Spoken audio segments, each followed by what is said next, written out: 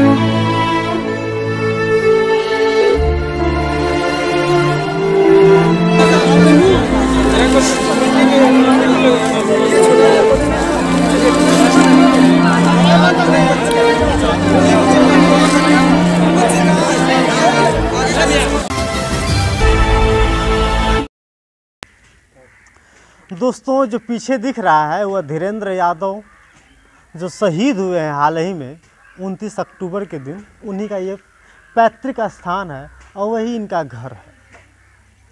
आप देख सकते हैं यही घर है और यहीं पर रह कर के अपने भाई के साथ माँ नहीं रही, पिताजी भी नहीं रहे, अपने परिवार के साथ जीवन यापन करते थे।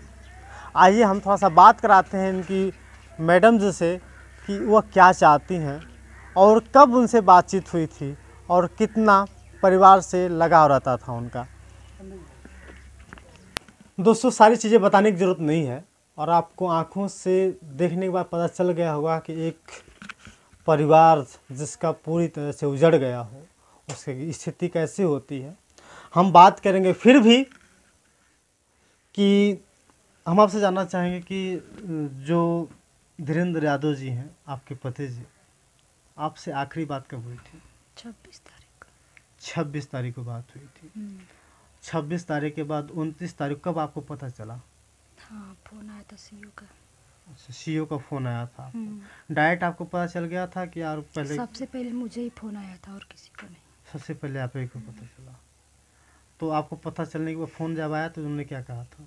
उन्होंने बोला कि हालत थोड़ा क्रिटिकल है, इलाज चल रहा है, बीच में बताते रहेंगे। अच्छा, तो हॉस्पिटल में भर्ती कराया गया था उनको। तो हॉस्पिटल के दौरान जब हॉस्पिटल में भर्ती हुए थे कितनी बार कॉल आई थी आपके पास? कॉल तो उधर से बार बार नहीं आई, तो मैं खुद बार बार कर रही थी। हाँ, तो क्या क्या डिटेल्स मिलते थे आपको? वही बोले हम अगर कुछ भी अगर सुधार होता है तो हम बीच में बताते रहेंगे। अच्छा, क्या है मतलब। अच्छा। आपको आपके 2 बच्चे हैं, 2 बच्चों को अब तो मेहनत लगेगा आपको पालना। हम आपसे जानना चाहेंगे कि सरकार से क्या मांग करती हैं, क्योंकि अब जो चीज़ खत्म हो चुकी है वो तो मिलेगी नहीं। नौकरी चाहिए। मुझे पूरी उम्र है, मुझे अपने बच्चों को पढ़ाना है, मुझे उनको ही देखभाल सब कुछ करना है, तो मुझे नौकरी चाहिए और मेरे बच्चों के लिए भी चाहिए। आपकी पढ़ाई लिखाई कितनी हुई है? मेरी बीए और मैंने एनटीटी किया है। एनटीटी किया है। अच्छा। मैं चाहती हूँ सरकार से कि मुझे नौकरी दे और मेरे बच्चों की मतलब जिम्मेदारी उठाए पढ़ने की, क्योंकि मेरी और मेरे बच्चों की पूरी लाइफ है। दोस्तों, मैं बार बार कहता रहा हूँ कि इनका दुख अब हम नहीं समझ सकते, क्योंकि आप तो पूरी तरह से समझ रहे हैं और मुझे इतना भी उम्मीद है कि जो सरकार करना चाहती है उसको जल्द से जल्द करना होगा और आश्वासन ही नहीं बल्कि पूरी तरह से जो चीज़ चाहिए। मैंने कहा कि मुझे नौकरी चाहिए, नौकरी इनको नहीं चाहिए बल्कि इनके बच्चों के लिए चाहिए, क्योंकि बच्चों की उम्र अभी मात्र 10 और 3 साल है। दोस्तों, वीडियो को बनाने दोस्तों माँ से पता चला माँ की क्या उम्मीदें हैं और माँ क्या चाहती हैं और साथ साथ इन दोनों बच्चों का भविष्य देखिए। ये हैं अनन्या जो 10 साल की हैं। पढ़ाई करती हैं आप? कौन सी कक्षा में पढ़ती हो? 5वीं पढ़ती हो। अच्छा, पिताजी से कोई पूछेगा आपके बारे में कि पिताजी तो क्या बताओगे आप? गर्व से कहना, हमारे देश के लिए भारत माता की सेवा करते करते हमारा पिताजी शहीद हो गए। और बेटा और भी कुछ बड़ा करना है।